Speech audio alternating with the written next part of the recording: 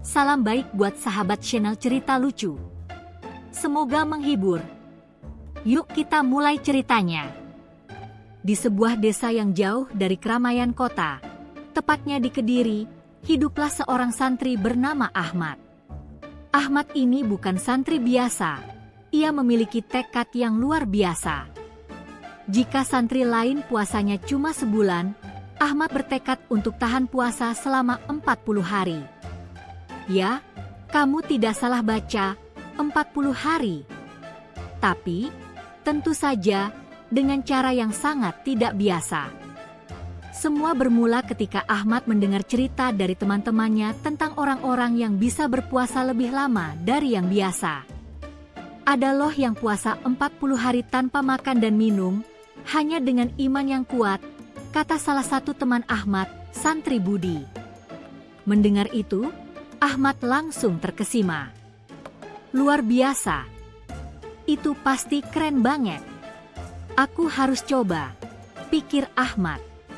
Namun, di antara semua santri di pesantren itu, hanya Ahmad yang merasa dirinya lebih kuat daripada yang lain. Jadi, dia pun bertekad untuk melakukan sesuatu yang belum pernah dilakukan oleh santri manapun di dunia, berpuasa selama 40 hari tanpa makan sedikit pun. Oh, iya, minum juga enggak. Dan lebih gilanya lagi, dia enggak berniat untuk memberitahukan siapapun tentang niatnya itu. Itu akan jadi kejutan besar. Hari pertama dimulai dengan penuh semangat. Ahmad merasa seperti superhero yang sedang bersiap untuk melakukan misi besar. Di hari pertama, dia masih sangat kuat. Ia bahkan berjalan ke masjid dengan langkah penuh keyakinan, seolah-olah dia bisa menaklukkan dunia. Aku bisa. Aku kuat, serunya dalam hati. Namun, setelah beberapa jam, perutnya mulai bergemuruh.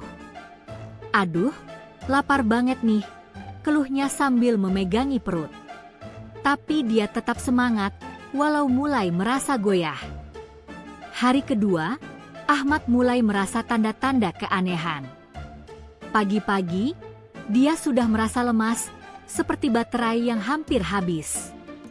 Meskipun begitu, dia masih berusaha untuk tidak menunjukkan kelemahannya. Saat makan sahur, dia hanya melihat temannya makan dengan lahap. Gila, enak banget ya makan ini, kata temannya yang bernama Fajar sambil menggigit roti. Ahmad cuma tersenyum kecut. Iya, Fajar, enak banget. Jawabnya pelan, sambil membayangkan betapa nikmatnya roti itu. Hari ketiga, puasa Ahmad mulai diuji. Saat teman-temannya mengajak untuk ikut bermain sepak bola, Ahmad merasa seperti orang yang sedang terjebak di dalam oven. Badannya lemas, keringat bercucuran, dan matanya mulai berkunang-kunang. Namun, ia tetap berusaha keras. Aku enggak akan menyerah. Aku pasti bisa tahan, katanya dalam hati. Namun, tak lama setelah itu, dia terjatuh dalam posisi paling konyol di tengah lapangan. Semua temannya langsung berteriak, "Ahmad, kamu kenapa?" Dengan wajah merah padam, Ahmad bangun dan berkata, "Aku cuma mau istirahat sebentar." Temannya yang khawatir langsung membawanya ke pesantren. Di pesantren, Kyai Yusuf, sang pemimpin pesantren, mulai merasa ada yang aneh dengan Ahmad. Setiap kali bertemu Ahmad, Kyai melihat wajah santri itu seperti orang yang sedang berjuang melawan raksasa. "Ahmad, kamu kenapa? Kok terlihat seperti habis diterjang angin ribut?" tanya Kyai dengan khawatir. Ahmad pun menjawab dengan penuh keyakinan, "Tidak, Kyai. Saya baik-baik saja. Hanya sedikit capek karena berpuasa 40 hari." Kyai Yusuf yang sudah berusia lanjut itu pun menatap Ahmad dengan pandangan bingung. "Hah? Apa? 40 hari?" tanya Kyai dengan suara pelan. "Benar, Kyai. Saya puasa 40 hari, tanpa makan dan minum. Ini untuk membuktikan kalau saya bisa lebih kuat dari yang lain, jawab Ahmad dengan semangat. Kyai Yusuf lalu tersenyum tipis. Anakku, kalau kamu merasa lapar, ada nasi goreng di dapur.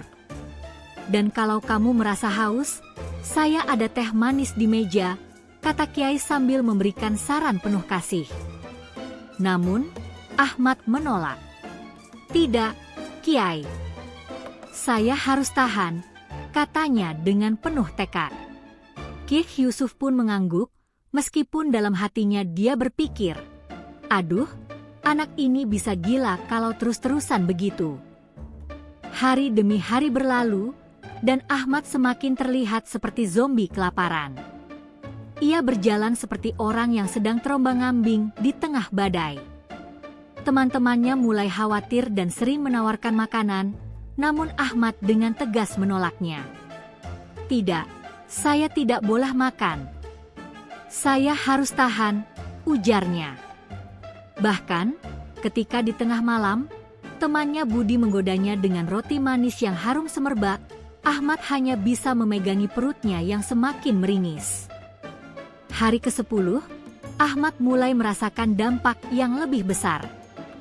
Aku sudah enggak kuat, tapi harus tetap kuat, pikirnya, meskipun kakinya sudah mulai lemas dan matanya mulai melotot seperti orang yang sedang ketagihan tidur. Namun, karena malu jika ada yang tahu kalau ia mulai lemas, Ahmad terus berjalan dengan langkah yang semakin lemah dan konyol. Suatu ketika, saat dia sedang berjalan di jalanan desa, dia melihat sebuah warung soto yang menggugah selera. Bau kuah soto yang gurih dan aroma ayam yang baru digoreng membuat perutnya berdesir hebat. Dengan wajah pucat, Ahmad berjalan mendekat ke warung itu, namun tiba-tiba dia merasa pusing dan hampir terjatuh. Ahmad, kamu enggak apa-apa? Tanya pemilik warung yang melihat Ahmad dengan wajah pucat pasi. Ahmad hanya tersenyum tipis. Aku baik-baik saja, cuma sedikit pusing. Pemilik warung yang melihat kondisi Ahmad langsung memberi sebuah piring kecil berisi kuah soto yang masih hangat. Minum dulu, deh, supaya badanmu enggak lemes, ujarnya. Ahmad menolak dengan lemah. Tidak, saya sedang berpuasa. Terima kasih.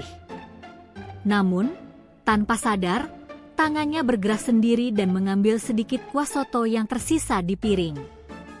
Dengan kecepatan kilat, dia meneguknya, dan saat itu juga rasa hangat kuah soto mengalir di tenggorokannya, membuat tubuhnya seakan terisi kembali. Wah, enak banget, gumam Ahmad. Tetapi seketika itu juga, dia teringat tekadnya yang sudah bulat. Astaga! Aku baru saja melanggar puasa. Gimana ini? Pikir Ahmad panik. Tapi karena sudah terlanjur, dia memutuskan untuk tetap melanjutkan perjalanan pulang. Namun, keteguhan hati Ahmad ternyata tidak bertahan lama. Saat dia melewati warung roti bakar, bau harum roti yang sedang dipanggang begitu menggoda. Ahmad mencoba menahan diri, tetapi akhirnya dia menyerah juga. Dalam sekejap, ia sudah memegang sepotong roti bakar, dan tak lama kemudian, perutnya pun terisi kembali dengan rasa yang sangat nikmat. Dengan mulut penuh, Ahmad berpikir, aduh, mungkin puasa 40 hari ini bukan ide yang paling bijak. Setelah Ahmad menyerah pada godaan roti bakar yang menggoda perutnya, dia kembali ke pesantren dengan perasaan campur aduk. Di satu sisi, ada rasa lega karena akhirnya perutnya tidak bergemuruh lagi, namun di sisi lain, dia merasa seperti telah mengkhianati dirinya sendiri. Gimana ya? Kyai Yusuf bakal tahu enggak kalau aku tadi, makan sedikit, pikirnya khawatir. Namun, dalam perjalanan pulang, Ahmad mulai berpikir, kenapa juga aku harus merasa bersalah? Ini kan cuma masalah roti bakar, toh nggak makan nasi goreng kok. Tapi meskipun berusaha menenangkan diri, dia tetap merasa seperti orang yang baru saja mengkhianati kode etik seorang santri sejati. Setiba di pesantren, Ahmad masuk ke dalam asrama dan melihat teman-temannya sedang duduk melingkar. Budi dan Fajar, yang sejak awal tahu tentang niat Ahmad untuk berpuasa 40 hari, langsung menyambutnya dengan tatapan penuh penasaran. Ahmad, kamu kok kelihatan segar banget ya? Tadi siang puasa gimana? Tanya Fajar sambil mengedipkan mata nakal. Ahmad, yang masih merasa sedikit malu, mencoba untuk menyembunyikan kekecewaannya dengan senyum lebar. Biasa, puasa biasa kok, jawabnya sambil mengalihkan pandangan. Puasa biasa? Tanya Budi dengan suara meragukan. Kamu pasti makan roti bakar kan tadi? Aku tahu kok baunya, ujar Budi sambil tertawa kecil. Wajah Ahmad langsung memerah. Gimana bisa kamu tahu? Tanyanya setengah panik. Fajar tertawa terbahak. Ya iyalah, aku kan kalau bau roti bakar itu langsung datang ke sini. Dan aku juga tahu kalau kamu lemah banget sama yang namanya roti. Dulu aja, kalau ada roti manis, bisa-bisa kamu ngabisin 2 biji sekaligus. Ahmad hanya bisa tertawa canggung. Iya, aku kalah sama godaan roti bakar. Tapi itu nggak berarti aku udahan, kan? Masih ada sisa waktu buat puasa. Budi dan Fajar saling pandang dan tertawa. Ya udah, Ahmad. Kalau kamu mau terusin, kami dukung kok. Tapi hati-hati, ya, jangan sampai kehabisan tenaga. Kamu itu kan bukan Superman, loh, ujar Budi dengan suara penuh candaan. Ahmad hanya mengangguk. Oke, deh. Pokoknya aku akan coba lagi, katanya dengan tekad yang sedikit goyah. Namun, puasa Ahmad yang sudah terkoyak dengan roti bakar itu kembali diuji pada hari berikutnya. Saat itu, teman-temannya mengajak dia untuk pergi ke pasar karena ada jajanan yang katanya enak banget. Ayo, Ahmad, kita ke pasar. Ada es kelapa muda. Dijamin, kamu bakal langsung seger, aja Fajar yang tahu betul kalau Ahmad sangat menyukai es kelapa muda. Mendengar kata es kelapa muda saja, Ahmad sudah bisa membayangkan betapa segarnya cairan manis itu mengalir ke tenggorokannya yang kering. Tapi di sisi lain, dia ingat kembali pada tekadnya yang hampir pudar. Gimana nih? Aku kuat enggak ya? Pikirnya. Tapi karena merasa takut kalau ditertawakan, Ahmad pun akhirnya mengikuti teman-temannya ke pasar. Setiba di pasar, dia melihat es kelapa muda yang dijual di gerobak pinggir jalan. Lihat, Ahmad. Es kelapa muda, seru Fajar dengan antusias. Tanpa berpikir panjang, Ahmad berjalan menuju gerobak es kelapa muda itu. 1 kelapa muda, Pak, kata Ahmad dengan semangat. Wah, seger banget pasti, tambahnya dalam hati. Tapi saat kelapa muda diserahkan kepadanya, Ahmad terdiam sesaat. Matanya terpaku pada air kelapa yang segar dan daging kelapanya yang kenyal. Aduh, aku bener-bener enggak tahan lagi, pikir Ahmad. Namun, tiba-tiba teringat pada niatnya yang sudah mulai goyah. Jangan. Kamu harus kuat, Ahmad. Jangan menyerah, dia berteriak dalam hati. Melihat Ahmad terdiam cukup lama, Fajar mulai khawatir. Ahmad, kamu kenapa? Jangan bilang kamu takut minum es kelapa muda, deh, ejeknya sambil tertawa. Ahmad memejamkan mata dan berkata, Aku harus tahan, ini hanya godaan. Aku bisa, aku pasti bisa. Namun, tak lama kemudian, dia melihat seorang pedagang tahu gejrot lewat dengan aroma pedas yang menggugah selera. Aduh, tahu gejrot. Aku nggak bisa nolak, seru Ahmad dengan spontan. Tanpa menunggu lama, ia langsung lari ke arah pedagang tahu gejrot, meninggalkan es kelapa muda yang semula sudah di tangan. Teman-temannya yang kaget hanya bisa menatap Ahmad yang sudah tergoda lagi. "Gila, Ahmad. Kamu kok bisa gitu sih?" tanya Budi. Ahmad hanya tersenyum lemah sambil mengunyah tahu gejrot yang pedas dan lezat itu. "Ya, begitulah, manusiawi," jawabnya sambil memicingkan mata karena pedas.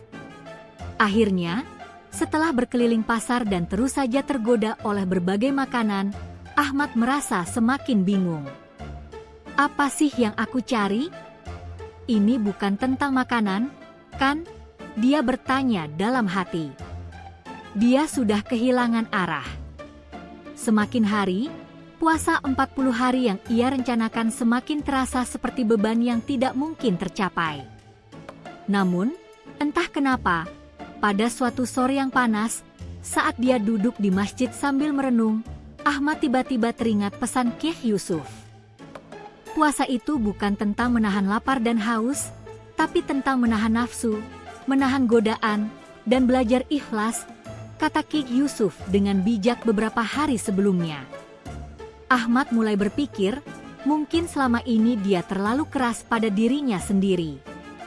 Mungkin aku bisa mulai dengan hal kecil dulu, tidak harus 40 hari, tapi setidaknya aku bisa lebih bijaksana dalam menjalani puasa, pikir Ahmad. Akhirnya, dia mengambil keputusan untuk mengakhiri uji coba puasa 40 harinya. Namun, yang lebih penting adalah dia mendapatkan pelajaran berharga, bahwa kadang kita tidak perlu memaksakan diri untuk sesuatu yang terlalu berat. Yang terpenting adalah niat dan usaha yang sungguh-sungguh, bukan sekadar tujuan besar yang seringkali justru membuat kita lupa pada hal-hal kecil yang lebih berarti. Dengan tersenyum lega, Ahmad pulang ke pesantren. Dia tahu, perjalanan hidupnya masih panjang, dan mungkin ada banyak cobaan lainnya yang akan datang. Tapi dia juga tahu satu hal pasti, kadang-kadang kita perlu tertawa pada diri kita sendiri dan menerima kenyataan bahwa kita tidak sempurna. Jadi, meski gagal tahan puasa 40 hari, Ahmad merasa jauh lebih bahagia. Dan dengan itu, Ahmad pun mengakhiri petualangan konyolnya dalam berpuasa. Namun, ada satu hal yang pasti, meski 40 hari tidak tercapai, Ahmad tetap bisa merasa puas dengan rasa humor yang tak terbendung.